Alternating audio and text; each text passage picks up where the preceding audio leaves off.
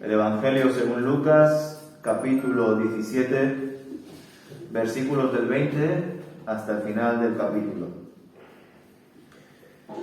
Dice el autor de este Evangelio: un día los fariseos le preguntaron a Jesús: ¿cuándo vendrá el reino de Dios? Jesús contestó: no pueden descubrir el reino de Dios por medio de señales visibles. Nunca podrán decir: aquí está, o está por allí, porque el reino de Dios ya está entre ustedes.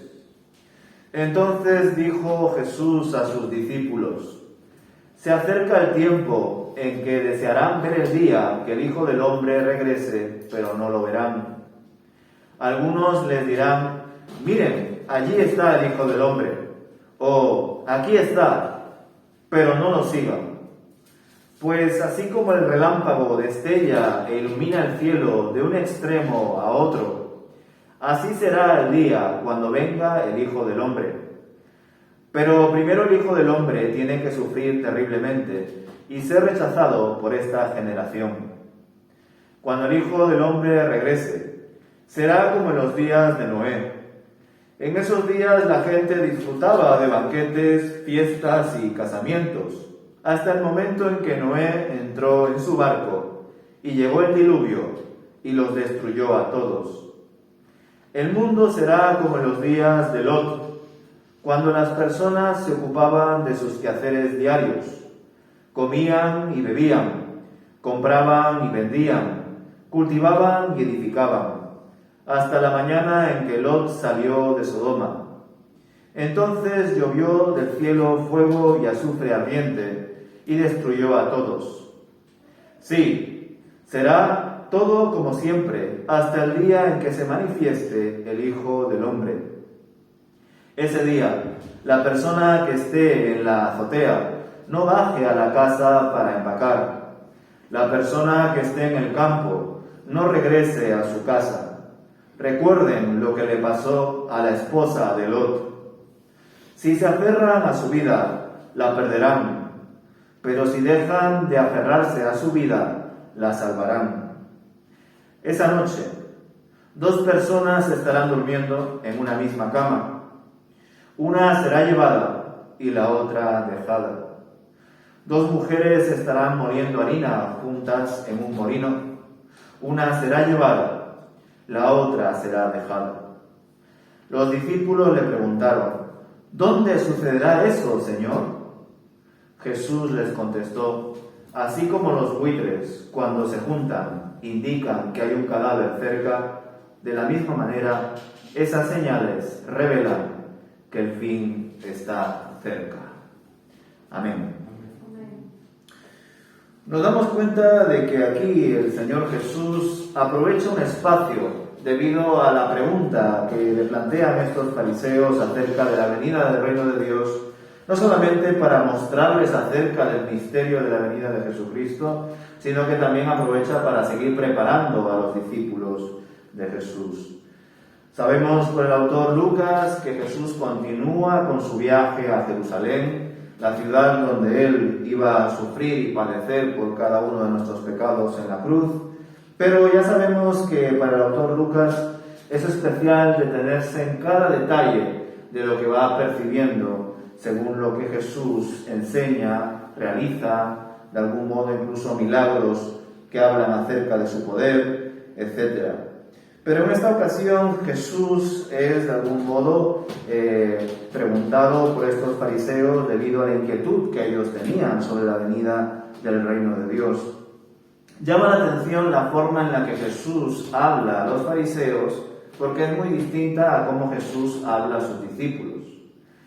En resumen, básicamente Jesús le dice a los fariseos: el reino de Dios ya está aquí. Sin embargo, a sus discípulos les dice: habrán momentos, habrán señales, incluso habrá un anhelo de que la venida del Señor se produzca pronto. Llama la atención porque, por supuesto, Jesús no se está contradiciendo. El reino de Dios ya estaba ahí, pero no estaba en la plenitud que la gente esperaba, especialmente en Israel. Jesús hablaba a los fariseos según su propia narrativa. Jesús sabía que los fariseos y la mayoría de los judíos de aquella época esperaban a un Mesías que venga con poder político, territorial, que traiga una justicia que promueva que Israel sea la mayor nación del mundo. Ya no solamente que pueda derrocar al Imperio Romano, que era en ese momento la mayor potencia del mundo, sino que incluso Israel, por el poder de Dios, se convertiría en la mayor nación de la historia. Esto no lo enseñaba la palabra de Dios, pero esto sí lo esperaban muchos judíos y líderes religiosos y políticos de Israel. Esperaban ese Mesías, esperaban una especie de rey David, pero multiplicado por 1000. Un rey poderoso, con poder territorial, político, que sepa gobernar un ejército, etc. Jesús sabía que estos líderes religiosos esperaban esto, y por eso Jesús les habla en esa clave, que no podrán descubrir el reino de Dios por medio de señales visibles, que incluso no podrán decir aquí está o está por allí, porque el reino de Dios ya está entre ellos. Es más, con Juan el Bautista, que fue el último profeta del antiguo pacto, que preparó el camino para Jesucristo, nos damos cuenta de que el reino de Dios ya se ha acercado, ya está alrededor de ellos. El reino de Dios cada vez está más cerca de este mundo, por cuanto el Espíritu de Dios habita y reina en medio de sus creyentes. Otra forma de decirlo es que cuando tú, como hijo de Dios, te acercas a una persona que no es creyente, verdaderamente le puedes decir, así como el Evangelio lo dice, el reino de Dios se ha acercado hoy a ti. Porque el reino de Dios se supone que está en nosotros, porque se supone que nosotros somos hijos de Dios y por tanto Dios reina en nosotros. El Espíritu Santo de Dios habita en nosotros. Nosotros somos un templo santo, vivo, que camina en un mundo perverso y oscuro para dar luz y testimonio de Jesús. Por eso el Señor les mostraba, en verdad, a los fariseos, incluso de una forma muy perspicaz, ¿verdad? Dice que no pueden descubrir el reino de Dios por medio de aspectos visibles. Pero Jesucristo era el mayor ejemplo visible. Jesucristo, hombre, era el mayor ejemplo visible de que el reino de Dios ya estaba en el mundo. Sin embargo, los fariseos no eran capaces de ver la soberanía de Dios en Jesús, por cuanto entendían que ese Mesías que aparece en las Escrituras del Antiguo Testamento era de otra forma. No habían interpretado correctamente las profecías y por eso creerían que el Mesías iba a venir con el espíritu de David, por decirlo de una forma, con ese liderazgo político, de gobierno, de autoridad, cuando en verdad, por supuesto que Jesús vino con autoridad. Es más, varias veces se explica que Jesús habla con autoridad. Pero desgraciadamente la mayoría de los líderes religiosos estaban ciegos espiritualmente. Creían que su mayor enemigo eran los extranjeros, eran los gentiles, era el emperador del Imperio Romano. Sin embargo, Jesús nos va a enseñar muchas veces, y también a sus enemigos, los líderes religiosos, fariseos, escribas y saduceos, que los mayores enemigos de Israel y de toda la humanidad es Satanás, es el mundo, es el pecado. Y ante esas fuerzas, ante esas potestades, principados y huestes espirituales, esas son las razones por las que Jesús vino a este mundo a luchar y a vencer.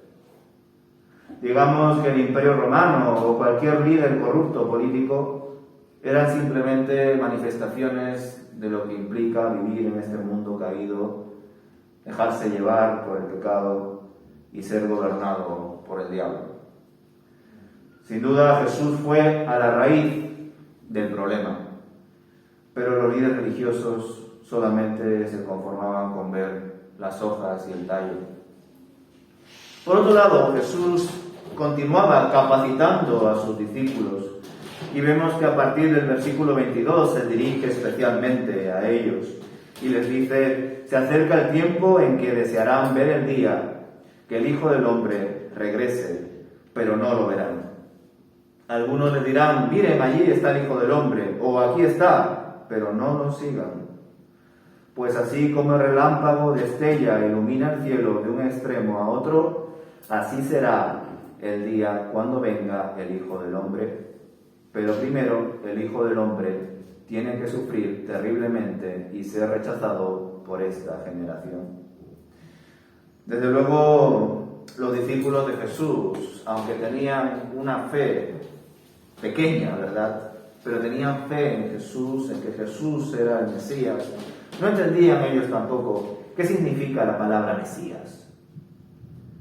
Debido a la cultura judía, sabían que el Mesías era un libertador, era el enviado de Dios, la mano derecha del Señor, pero no habían profundizado en ese concepto, entre otras cosas porque en ese tiempo, como ya sabéis, desgraciadamente el pueblo no tenía acceso a las Escrituras, salvo a través de las enseñanzas de los líderes religiosos, de las reuniones en las sinagogas y de cuando iban al templo. Y ya sabéis cuántas prohibiciones habían para que puedas o no puedas entrar en el templo sagrado de Dios.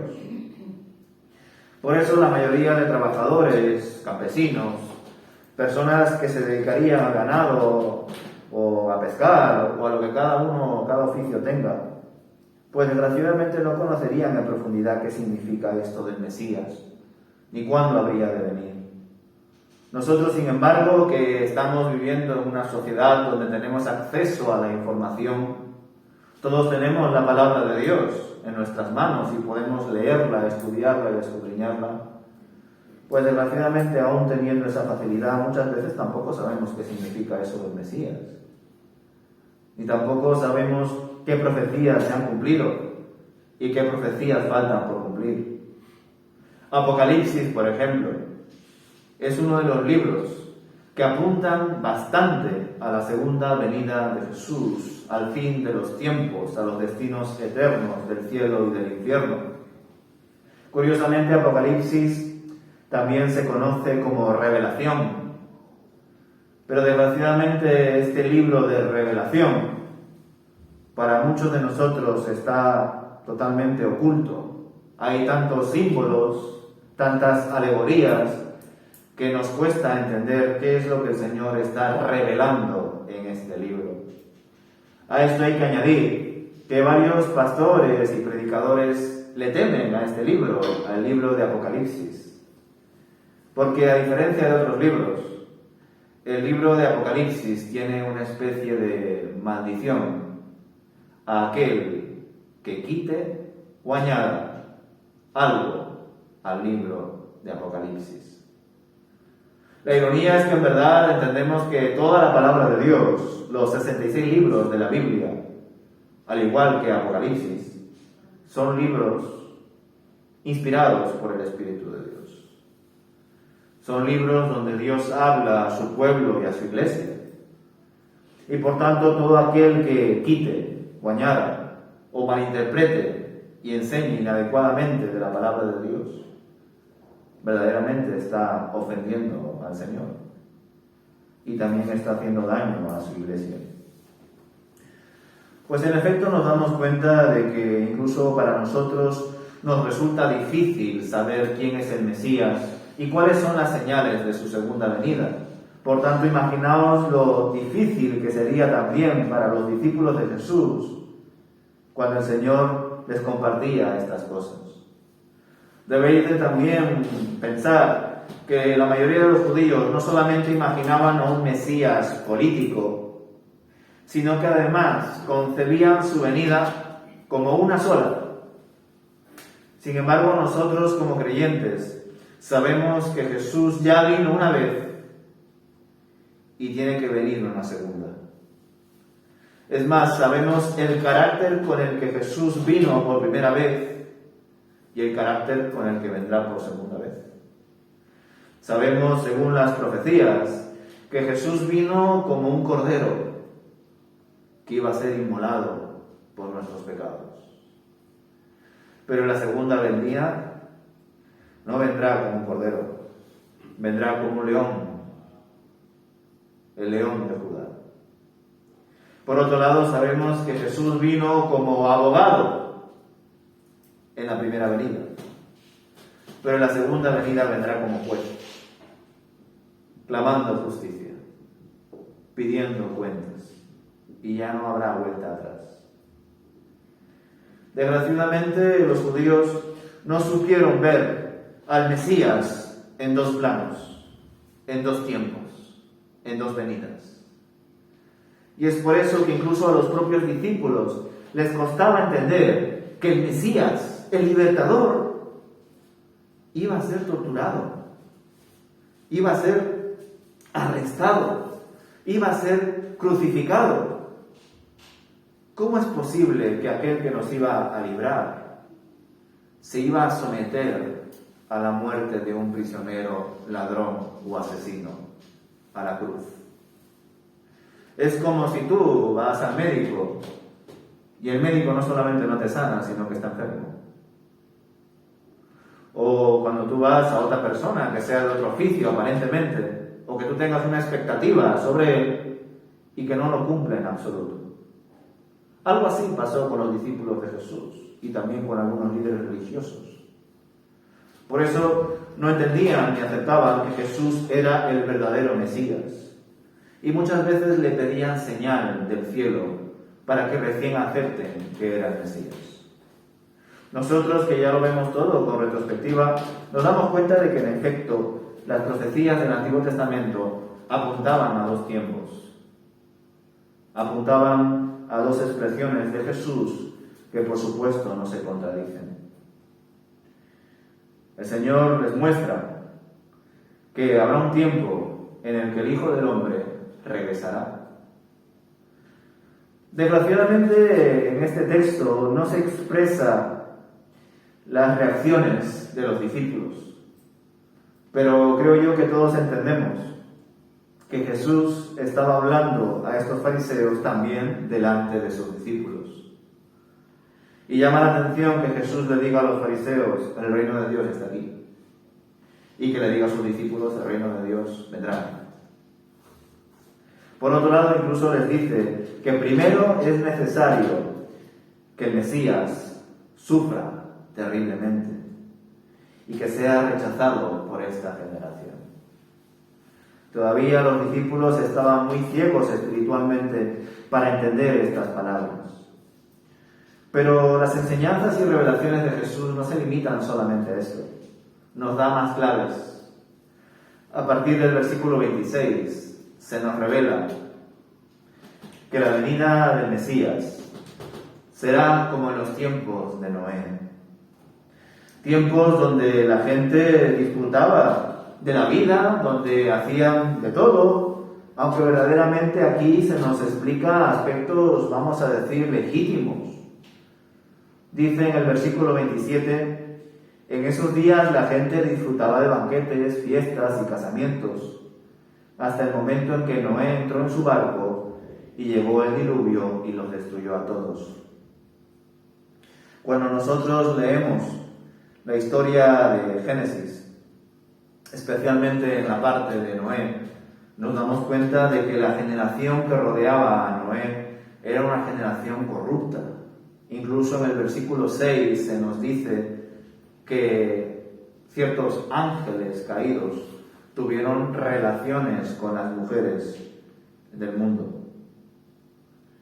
Por otro lado, se nos muestra más adelante del capítulo 6 de Génesis que el mundo estaba tan corrompido que Dios decidió arrasar con el mundo, con la humanidad. Pero viendo Dios a toda la humanidad, descubrió a Noé y a su familia y salvo ellos, todos los demás fueron aniquilados por el diluvio.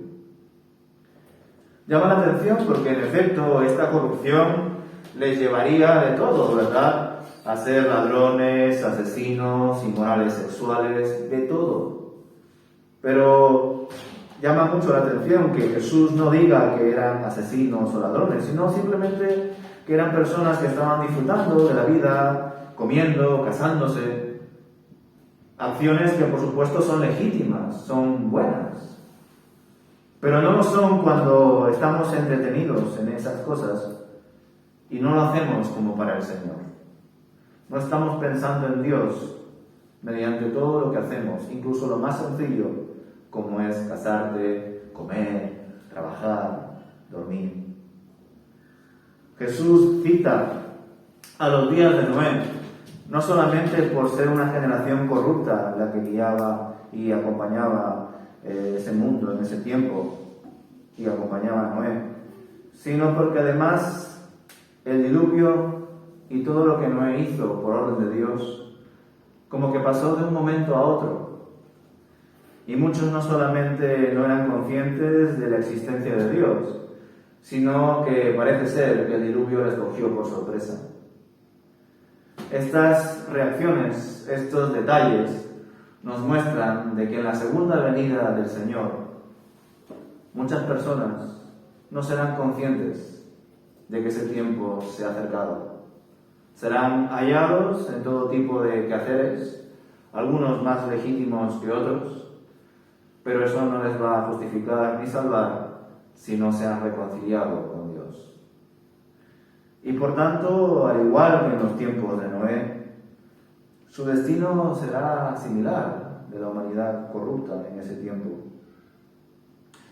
Por otro lado, nos resulta el misterio de que ya sabemos que el arco iris es un símbolo de que el diluvio no se va a volver a producir. Y ya sabemos también que en el Nuevo Testamento se nos dice cuál será el fin del mundo. Segunda de Pedro, capítulo 3, versículo 10. Dice así: pero el día del Señor llegará tan inesperadamente como un ladrón. Entonces los cielos desaparecerán con un terrible estruendo, y los mismos elementos se consumirán en el fuego, y la tierra con todo lo que hay en ella quedará sometida a juicio. Se nos muestra de que el mundo casi fue aniquilado en su totalidad por el diluvio, por el agua. Pero aquí en el Nuevo Testamento, concretamente en la segunda carta del apóstol Pedro, se nos revela que el mundo será consumado por fuego. Y ahí ya no habrá una segunda oportunidad.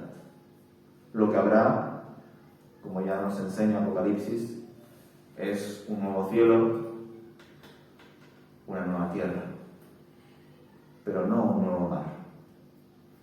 Porque ya sabemos que el mar, en la mentalidad hebrea, simbolizaba al mal. Y sabemos que en el nuevo cielo y en la nueva tierra que tiene Dios preparado para aquellos que son sus hijos, ya no habrá cabida a la maldad, ya no existirá Satanás, y ni siquiera hará falta la fe ni la esperanza, solamente el amor. Porque todo lo que el cristiano ha esperado se habrá cumplido. Y la fe que tenía el cristiano en Dios tampoco existirá, porque estará cara a cara con Dios. Y ya no será más fe, será directamente certeza, confirmación, convivencia. Estar plenamente con Dios y para siempre. Junto con esto, el pensar también en los días de Noé nos invita a reflexionar en cómo Dios cuida de la humanidad y de su creación. Cuando leemos Génesis y la historia de Noé concretamente, nos damos cuenta de que sí, el Señor halló agradable a sus ojos a Noé y a su familia. Pero incluso algunas versiones dicen que Noé era justo, Y en varias ocasiones en el Antiguo Testamento leemos también que David era justo, que Abraham era justo y que otros profetas eran justos. Pero nosotros, gracias a la revelación del Nuevo Testamento, sabemos que justo no hay ni uno. Que cuando hablamos de personas justas, estamos hablando de personas justificadas por Dios. Que Dios ha tenido misericordia de esas personas y que incluso las ha empleado para seguir con la historia y con su plan. Esto nos llama la atención porque sin duda la soberanía de Dios se manifiesta en absolutamente todo. Yo sé que cuando leemos la historia de Noé y el diluvio, se nos pueden perder muchos detalles. Estamos hablando de que Dios, en su justicia y en su ira, pero también en su amor, decidió, por un lado, salvar a Noé y a su familia, pero aniquilar con todas las familias que estaban en el mundo. Y nos puede resultar algo duro por parte de Dios, pero recordad que aquí Jesús, el que muchas veces entendemos que es amor nada más, pero que no es así, Jesús también anhela justicia. Jesús también tuvo ira cuando descubrió que el templo de su padre era un mercado y no había santidad por ningún lado. No podemos ver a Dios solamente por el lado que nos interesa. Dios, por supuesto, es tolerancia, amor, perdón, misericordia, pero también es justicia, castigo, disciplina e ira. Y lo bueno de Dios es que su misericordia, su justicia y su ira y sus acciones de disciplina están medidas por su persona. Cuando un padre a veces disciplina a su hijo, muchas veces se puede ver motivado por estar cansado o por problemas que tenga en el trabajo o por discusiones con su pareja. Y quizá esa disciplina que da a su hijo, esa corrección, no está bien enfocada y acaba avergonzándole, acaba pegándole, acaba maltratándole. Y un padre no debe de insultar, ni pegar, ni maltratar a su hijo. Debe educarle. Y lo debe educar porque lo ama. Porque quiere el bien para su hijo. Quiere que su hijo no cometa sus propios errores. Pues un humano evidentemente se puede equivocar. Pero cuando Dios disciplina, castiga, es porque hay una razón de fondo. Y en muchos casos lo hace para que reaccionemos. Pero también hay momentos en los que Dios, en su soberanía, en su poder, en su justicia, decide no darte más oportunidades. Se te acabó tu tiempo. Y la ira de Dios ha llegado.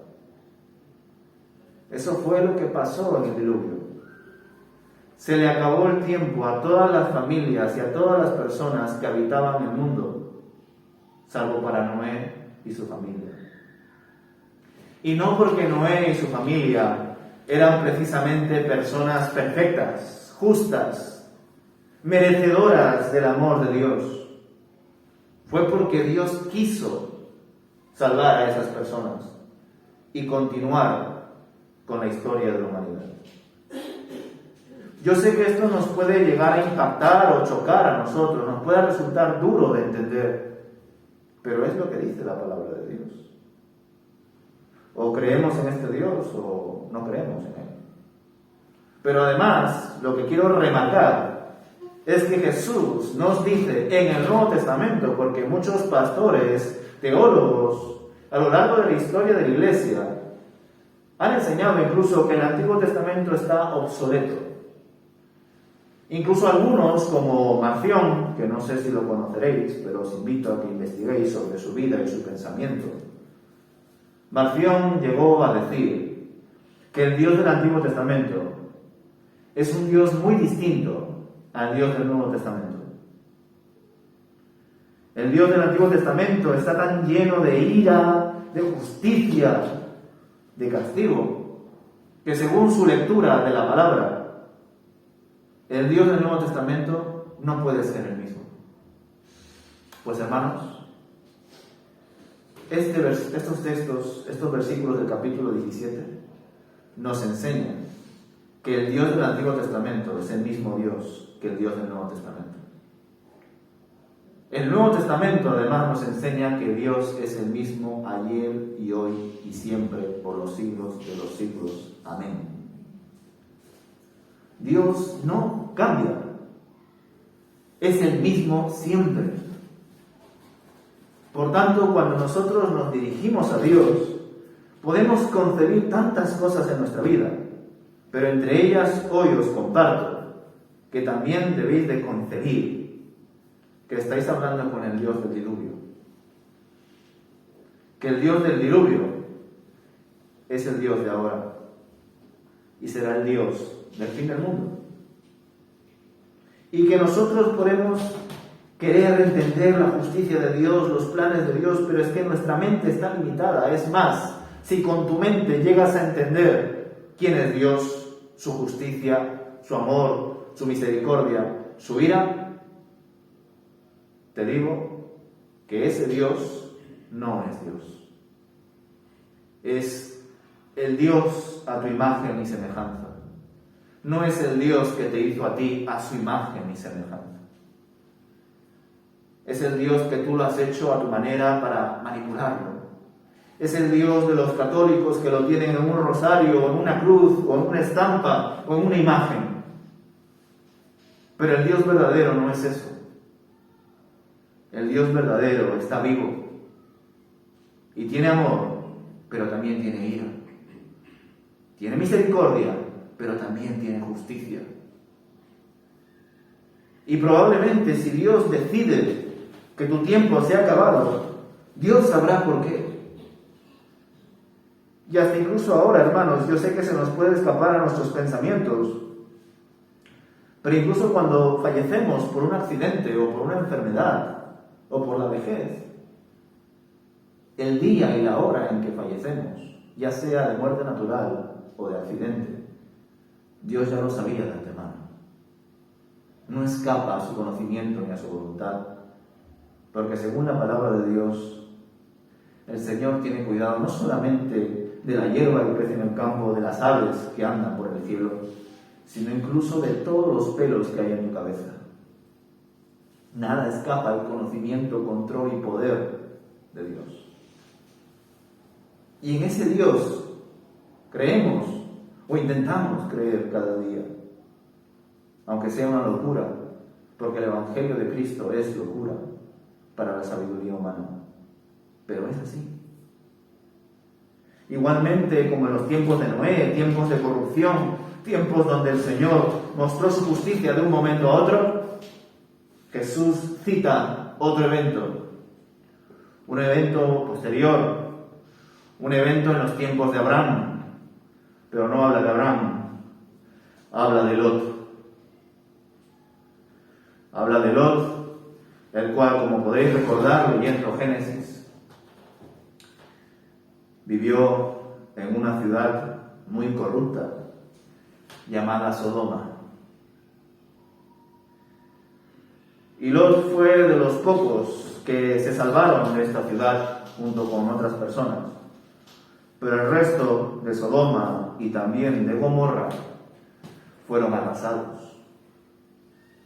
Eran personas corruptas que tenían prácticas sexuales inmorales, adulterio, robaban, mataban, expresaban en definitiva que no estaban en comunión con Dios y por ese mismo punto no estaban en comunión con el prójimo. Por eso mostraban su corrupción. Y el Señor en un momento dado decidió arrasar con estas ciudades de Sodoma y Gomorra. Dice el versículo 29. Entonces llovió del cielo fuego y azufre ardiente y destruyó a todos. El Señor, por poder, podría salvar aparentemente a muchos o a pocos. Si Dios es el que justifica y no hay nadie justo por sí mismo, Dios, por poder, podría justificar a muchos o a pocos. Pero no lo hace. Y yo sé que esa imagen nos puede llegar a impactar. Pero si no lo hace, por algo será. Si no lo hace, es para manifestar también, al igual que su amor, perdón y misericordia, en unos, el castigo, la ira y la justicia en otros. Es necesario que se manifiesten las consecuencias del pecado en la humanidad y también la identidad de Dios en aquellos que son salvados en Jesús, que han creído en Él.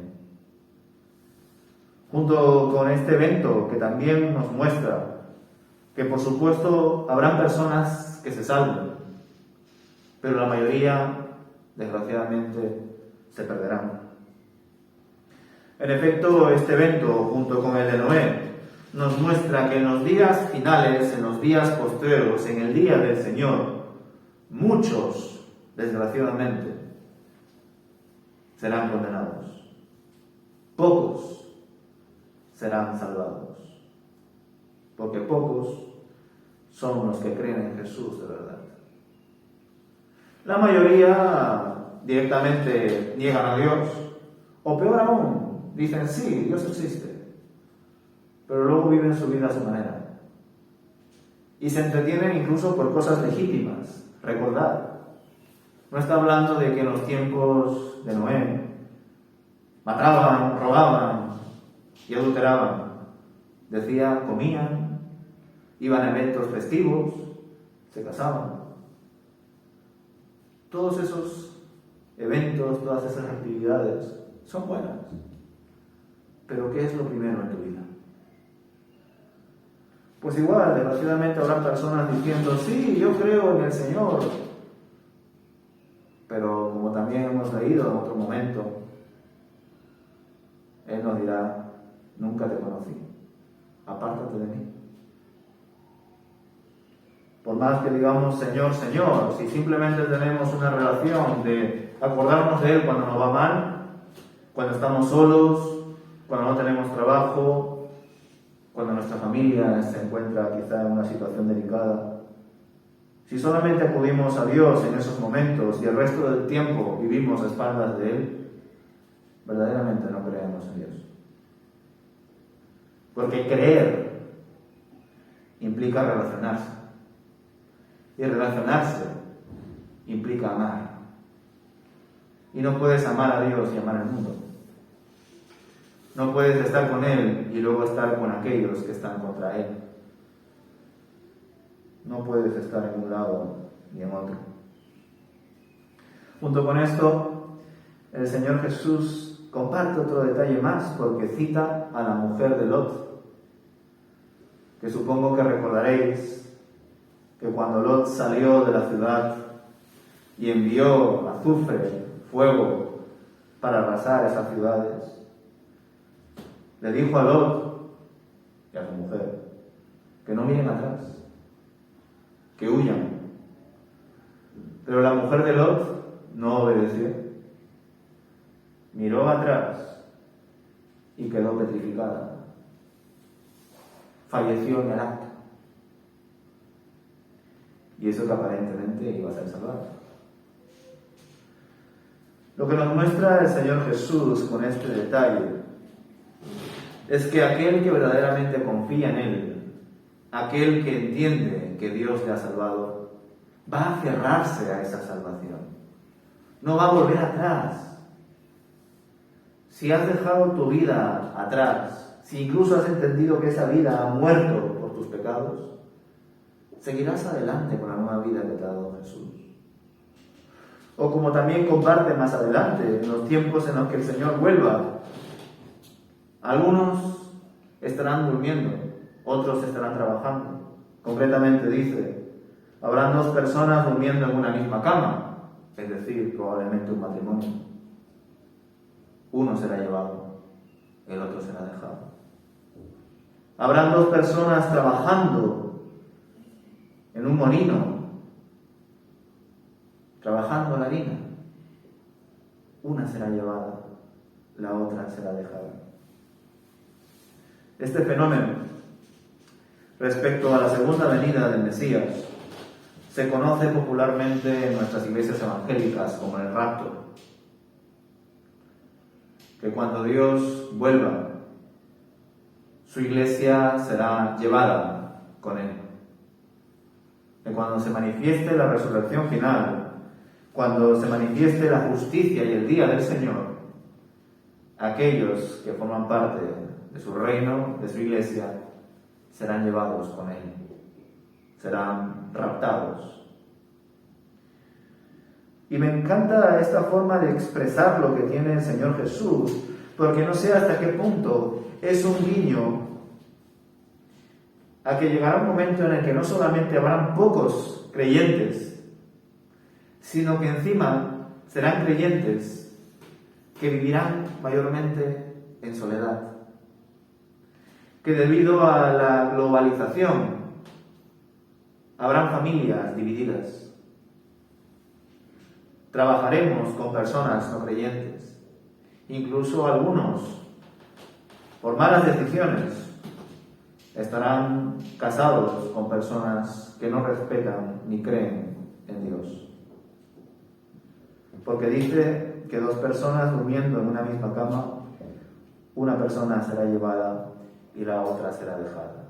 Quiero remarcar esto, hermanos, porque debemos recordar que en los tiempos de Jesús, e incluso no hace muchos siglos, lo que los padres creían, los hijos creían.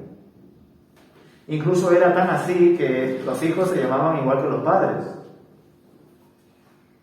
Si tu padre era albañil, tú eras albañil. Si tu padre creía en una ideología tal, tú ibas a recibir esa ideología por parte de él. Esa unidad de pensamiento familiar, por ejemplo, se mantiene todavía en las familias de origen musulmán. También es cierto porque tienen sus normas y sus leyes muy autoritarias. Pero hoy en día la unidad en la familia, la forma de manifestar nuestra ética en el trabajo es muy complicada. Hoy en día incluso los cristianos estamos confundidos a la hora de ser de testimonio para una persona que no conoce a Dios, que es una cosa muy distinta, y luego dejarme influenciar por amigos que no creen en Dios, y en vez de yo compartirle a ellos de Dios, ellos me acaban alejando a mí de Dios. Llegarán momentos en los que las personas, en vez de compartir con aquellos que les bendicen, se perderán por aquellos que maldicen a Dios. Y desde luego es muy difícil mantener tu amistad, ese carácter familiar, el contexto del matrimonio, con una persona que no es creyente y tú sí eres creyente. Pero hoy en día, debido a tantas iglesias evangélicas, tantas denominaciones, tantas teorías, ya incluso decir yo soy evangélico y tú también, desgraciadamente ya no es suficiente. Hay momentos en los que dices, yo soy evangélico, pero creo en esto. Pero es que yo soy evangélico y creo en aquello. Y también esas cosas manifiestan discusiones, divisiones en la familia, en el hogar, incluso en el entorno laboral.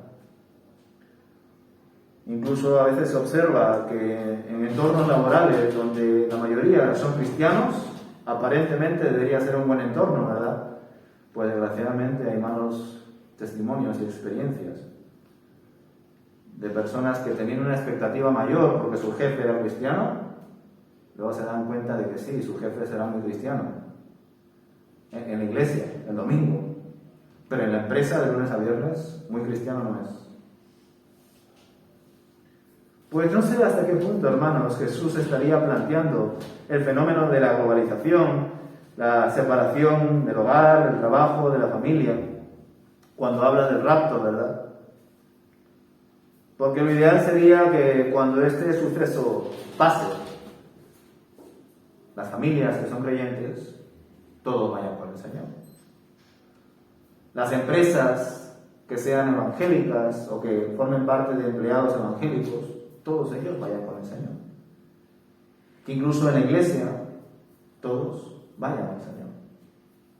Pero lo que nos muestra este evento del rapto es que cuando el Señor vuelva, desgraciadamente descubriremos quién verdaderamente creía en Dios y quién no. Y quizá nos llevemos sorpresas. De hecho, no sé hasta qué punto sois propensos a ver películas evangélicas, cristianas. Hay muchísimas películas sobre el rapto, pero hubo una de ellas que me llamó mucho la atención, porque de repente en la película sucede el rapto y muchas personas desaparecen de la nada. Y las que quedan son personas que no pertenecían a Dios, que no creían en Dios. Y entre ellas la película se enfoca en una familia. Y esta familia tenía, si mal no recuerdo, una madre, o esposa, según se mire, que era creyente y había desaparecido.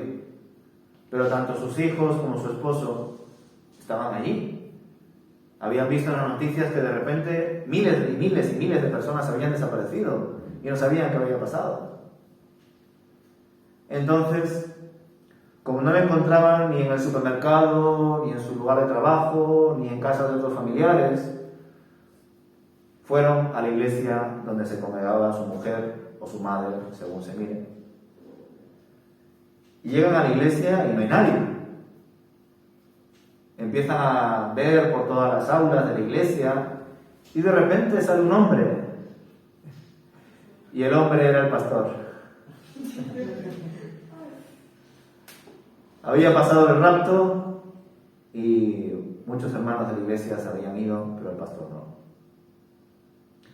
Me gustó mucho esa escena, hermanos, porque el pastor, aún no habiendo sido raptado, les explicó a los familiares de esta mujer feligresa de su iglesia qué era el fenómeno del rapto.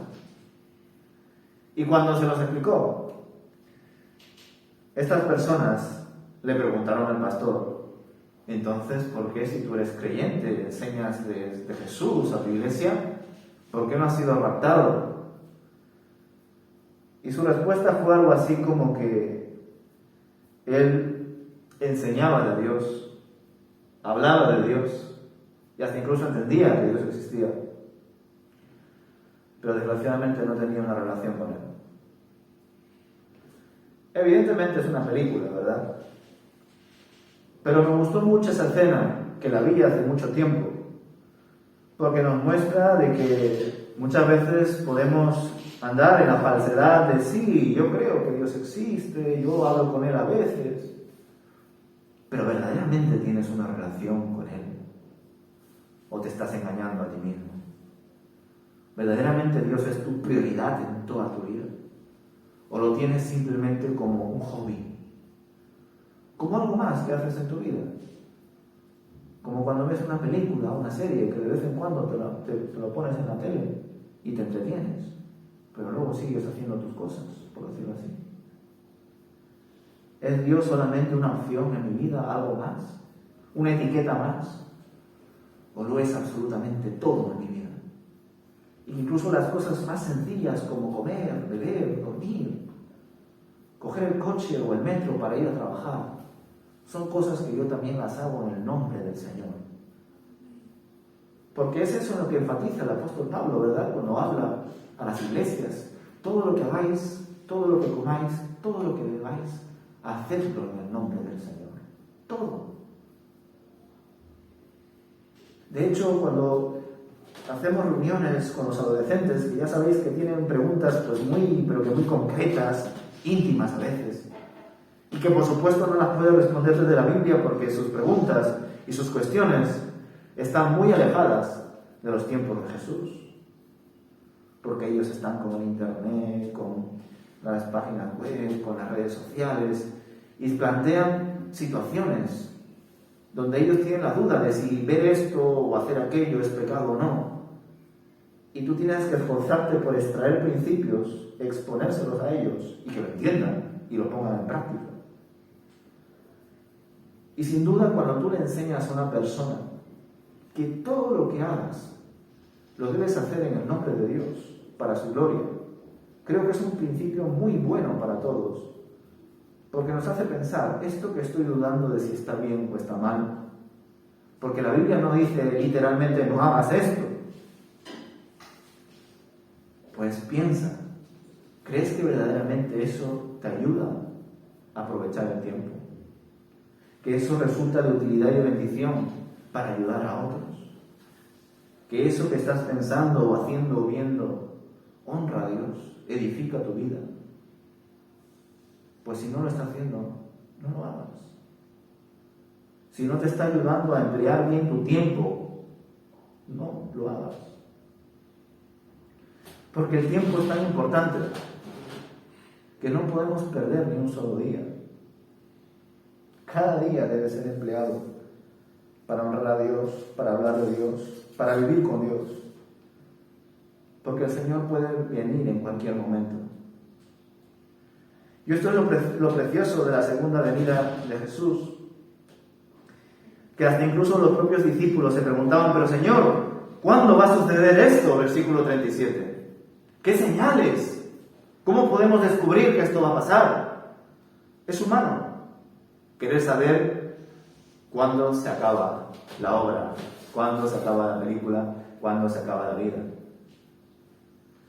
Pero el Señor sabiamente lo mantiene en misterio, porque probablemente si supiésemos cuándo vive el Señor, nosotros que muchas veces como humanos somos manipuladores, seguramente nos engañaríamos a nosotros mismos y hasta incluso pensaríamos, bueno, si el Señor va a venir en el año 2000, lo que sea, y me quedan 10, 15 o 2 años, voy a hacer todo lo que quiera hasta año, 11 meses, tantos días, y luego ya veo si me arrepiento, si me reconcilio con Dios, porque Él perdona todo si lo pides de corazón. Probablemente nos autoengañaríamos muchos de nosotros.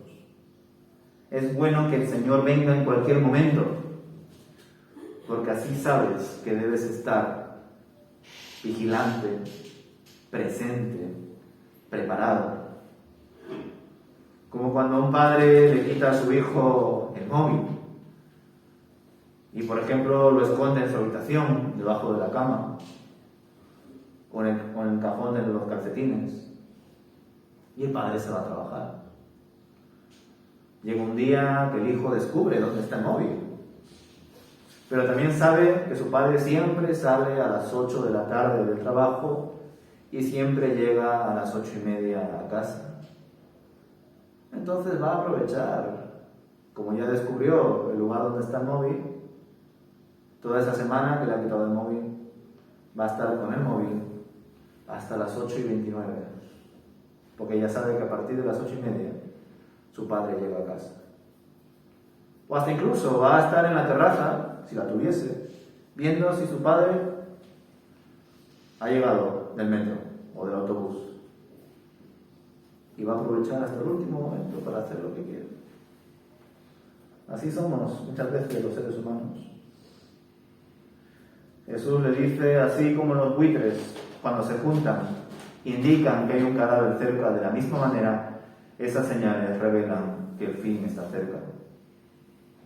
Más adelante, en otros textos, reflexionaremos que, en efecto, cuando surjan muchas catástrofes naturales, guerras, cuando la Iglesia sea más perseguida de lo que ya es ahora, probablemente signifique que el tiempo de Dios se ha acercado. Pero también debemos recordar que todas estas señales de catástrofes, de guerras, de persecución, ya se estaban produciendo en la segunda generación de cristianos, como el apóstol Pablo y compañía. De hecho, el apóstol Pablo estaba tan convencido de que Jesús ya iba a volver por segunda vez, que tenía muchísima carga y afán por viajar a todas las ciudades posibles de Asia y Europa, porque se sentía deudor como judío de todos aquellos judíos y también gentiles, porque era su ministerio, de compartirles el Evangelio y de que más personas conozcan a Jesucristo y se salven por su gracia. Esa misma visión y vocación debemos tener nosotros.